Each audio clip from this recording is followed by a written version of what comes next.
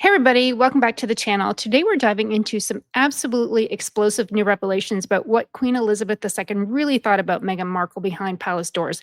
And I'm not talking about palace gossip or tabloid speculation. We're talking about first-hand accounts from the Queen's own inner circle that have just been revealed. These insights come from royal biographer Sally Bedell Smith's exclusive Substack called Royals Extra, where she's sharing never before published conversations with Lady Elizabeth Anson, who was not just anyone, but Queen Elizabeth's first cousin, confidant, and one of her most trusted advisors for over 60 years. Lady Elizabeth died in November 2020, but before her death, she shared some incredibly candid observation about the royal family. And Sally Smith, what she revealed about the Queen's true feelings towards Meghan and Harry is absolutely fascinating, paints a very different picture than what we've been told publicly. So make sure to hit that subscribe button and ring that notification bell because we're about to uncover the real story behind the palace walls from someone who was literally born at Windsor Castle and knew the Queen's thoughts better than almost anyone in the world. So right here, I have a picture of Queen Elizabeth with her first cousin, Lady Anson. Just before we dive into this explosive revelations, we need to understand exactly who Lady Elizabeth Anson was and why her insights are so significant. Lady Elizabeth Anson, known as Liza to her friends, was born at Windsor Castle in 1941. She was the granddaughter of the Queen Mother's brother, making her Queen Elizabeth's first cousin. But more importantly, she was King George VI's goddaughter, which meant she had been part of the royal family's inner circle since birth. For 60 years, Liza was Britain's premier party planner, organizing events for nearly everyone in the royal family. She planned Margaret Thatcher's parties, Mick Jagger's celebration, even Sting's wedding to Trudy Styler. But her most important role was one of the Queen Elizabeth's most trusted friends and advisors. According to Sally Smith, the Queen and Liza spoke at least weekly on the phone, and the Queen had quiet dinners with Liza every month or so. In the Queen's later years, Liza affectionately referred to her as Jemima and the number one lady. This wasn't just a casual friendship. This was someone who had access to the Queen's private thoughts and feelings. Sally Smith is no gossip columnist. She's a rigorous royal biographer who's written best-selling books about the royal family, including Elizabeth the Queen. And that's a picture of her book right there. She also wrote a book about Prince Charles and another one about Diana in Search of Herself. She had been friends with Lady Elizabeth since 1998, and their conversations informed multiple royal biographies over the years. What makes these revelations so powerful is that Liza had no agenda, no book deal, no public platform.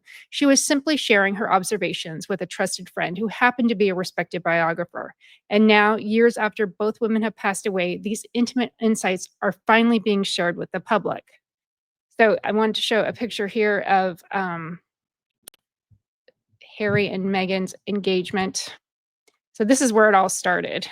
When Harry and Meghan got engaged in November 2017, what did the Queen really think? According to Lady Elizabeth's conversations with Sally Bedell Smith, the initial reaction was actually quite positive. Liza told Bedell Smith that when she first met Meghan after the engagement, she found her to be poised, very natural, intelligent, and thoughtful. She said you could feel a very loving connection between Harry and Meghan. So far, so good, right?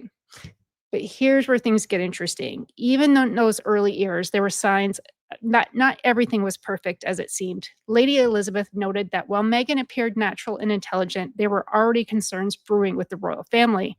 According to Eliza, even early on, the jury is out whether she likes Meghan. And this is coming from someone who spoke to the Queen weekly. The Queen was already uncertain about Meghan, and we're talking about just after the engagement was announced. But what's really telling is what Lady Elizabeth observed about Harry himself. She described Harry as besotted and weak about women. And then she said something that's quite shocking when you think about it. We hope, but don't quite think she's in love. We think she has engineered it all. Wow, that says a lot. One thing, the Queen was no dummy. She had years of wisdom and experience under her belt. So when I think she saw a snake, she could see it from a mile away. So think about that for a moment. This is the Queen's cousin, someone with 60 years of experience watching royal relationships, suggesting that Meghan might have engineered her relationship with Harry.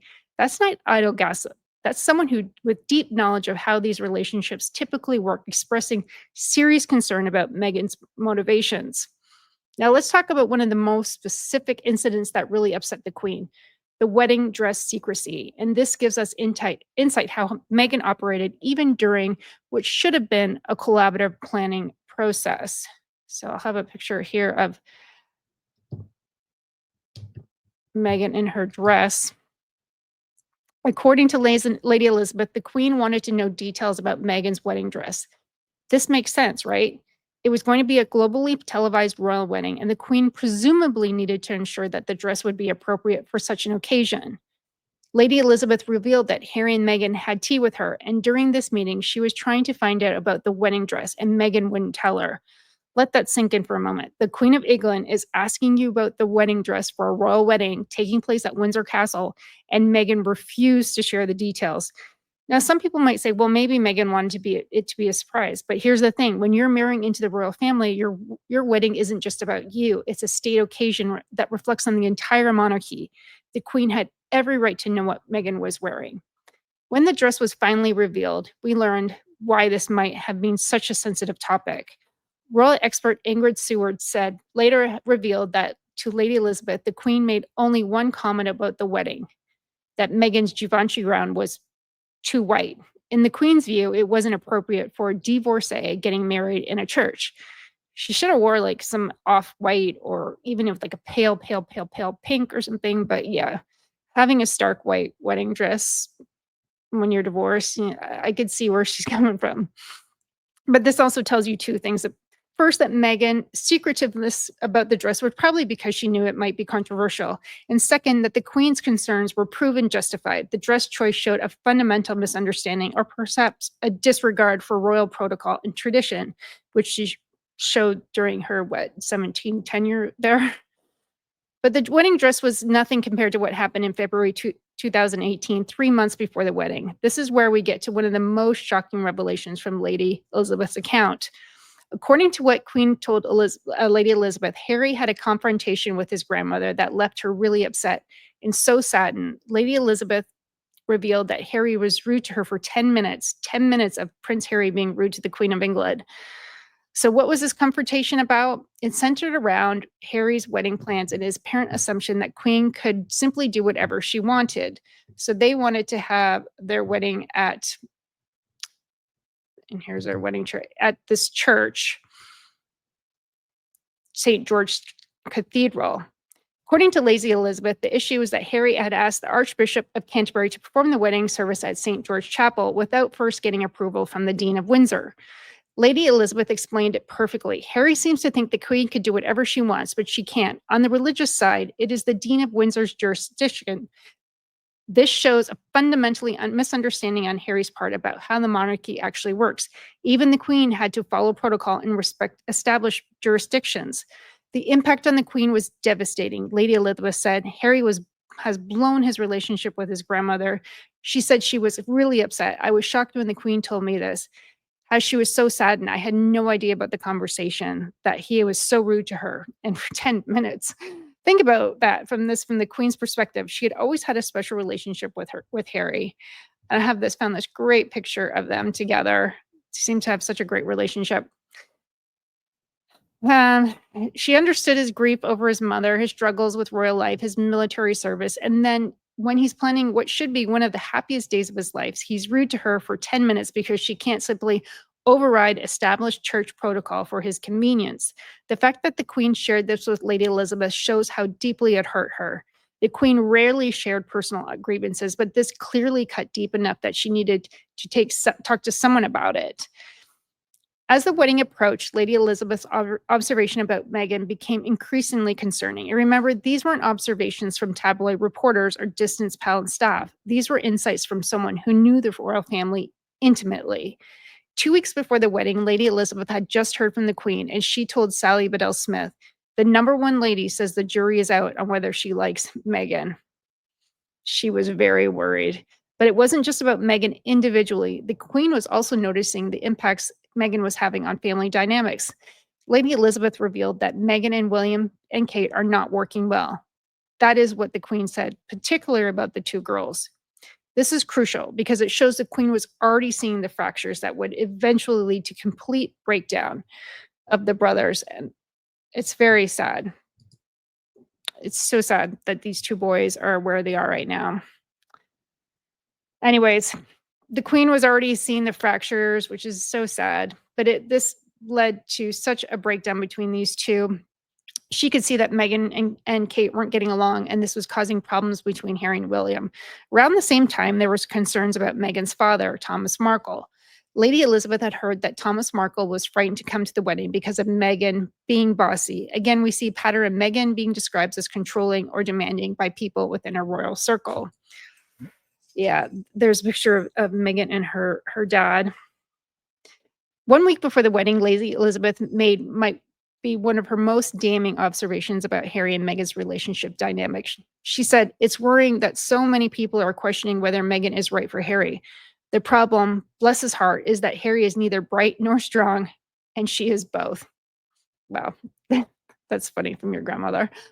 This is an incredibly telling statement. Lady Elizabeth is essentially saying that Meghan is intellectually and emotionally stronger than Harry, which creates an unbalanced dynamic. She's suggesting that Harry is being led rather than being an equal partner in the relationship. When you combine this with her earlier observation that Harry is besotted and weak about women, and that they think Meghan has engineered this relationship, you get a picture of someone who's concerned that Harry's being manipulated by someone much more calculated and ambitious than she was. Again, go back to this picture. She had her pegged from a mile away. So the wedding happened, and publicly everything looked beautiful and perfect. The queen smiled. She walked Harry down part of the she walked Harry down part of the aisle. After Prince Charles took Thomas over for Thomas Markle, and the world saw what appeared to be a very happily family celebration. But back in February 2019, just 9 months after the wedding, Lady Elizabeth's final assessment was devastating. She told Lady Smith, "I don't trust Meghan an inch to begin with. She was not bad. A straightforward starlet used to public speaking and charity work. The wedge between the brothers is really too bad." This is such an important quote because it shows the evolution of the royals' family's thinking about Meghan. Initially, they thought she might be a straightforward starlet who could adapt to royal life. By early 19, that assessment had completely changed. The phrase, "I don't trust Meghan an inch," is particularly powerful coming from Lady Elizabeth because she was known for being diplomatic and finding the positive in people. For her to make such a stark statement shows how dramatically things had deteriorated. And of course, we know what happened next. In January 2020, Harry and Meghan announced their intention to step back from royal life. According to Lady Elizabeth's notes, when this happened, the Queen told her she was not at all content with the situation. The most heartbreaking part of this revelation is that how the Queen's personal pain throughout this process. Lady Elizabeth described her as being so saddened by the confrontation with Harry, very worried about the wedding situation, and not at all content with the departure. This wasn't just a professional disappointment from the Queen. It was so deeply personal. She had loved Harry and always tried to protect and support him, and watching him be rude to her is just unacceptable. And then leave the family with Meghan was clearly devastating for her as a grandmother. Elizabeth Anson died in November 2020, so she didn't live to see the Oprah interview. The Netflix documentaries are Harry's memoir, Spare, but her observations from 2017 to 19 proved to be remarkably precise about what was to come. Everything she was concerned about, Meghan's controlling nature, Harry's weakness in the relationship, the damage to family dynamics, the lack of understanding about royal protocol, all of these played out exactly how she seemed to predict it would. And then you have the Oprah interview. Thank God she didn't see that. When Harry and Meghan did the Oprah interview and made allegations about racism and lack of support from the royal family, we know that the Queen had been dealing with concerns about this relationship for years. The interview wasn't a shocking revelation to her. It was an accumulation of problems she had been observing since the beginning. What's particularly striking is how Lady Elizabeth's assumption of Harry being neither bright nor strong compared to Meghan being both has played out in their post-royal life. We're consistently seeing Meghan taking the lead in the business ventures, the media appearances, and the public statements, while Harry often appears to be following her lead like a little puppy. It's very sad. The observation that Meghan engineered that relationship also feels significant. When you look at how quickly she moved from being relatively unknown actress to globally famous, royal to Hollywood celebrity entrepreneurs, the speed and strategic nature of that progression supports the idea that this was all carefully planned out. What these revelations ultimately show us is the royal family, particularly the queen, saw the problem with the relationship right from the very beginning. The public narrative has often been that the royal family was unsupportive and unwelcoming, but these insider accounts suggest that they were clearly actually trying to help while being increasingly concerned about what they were witnessing. I think they saw it was a train wreck, and that the train had left the station and there was nothing they could do about it. So, what can we take away from these extraordinary revelations from Lady Elizabeth Anson? First, the Queen Elizabeth II was far more perceptive and concerned about Harry and Meghan's relationship than we ever knew publicly. Second, the problem with that led to Megxit weren't sudden developments. They were issues that people close to the Queen had been observing and worrying about since before the wedding even happened.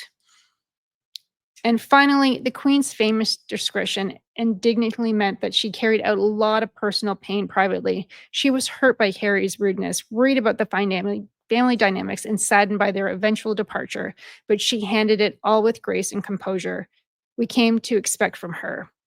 The whole family has handled this immaculately. They've been trained to gray rock, to not get to react. So it's very interesting that the most authentic picture we've ever had of what Queen Elizabeth really thought about one of the most controversial periods in recent world histories. It's a story of a grandmother trying to guide her grandson, a monarch trying to protect the institution, and ultimately a woman dealing with family drama that played out in front of the world. What do you think about these revelations? Do they change your perspective on how the Megxit situation unfolded? Let me know what you think in the comments below, and make sure to subscribe for more insider royal content. Thanks for watching. I'll see you in the next video. Bye.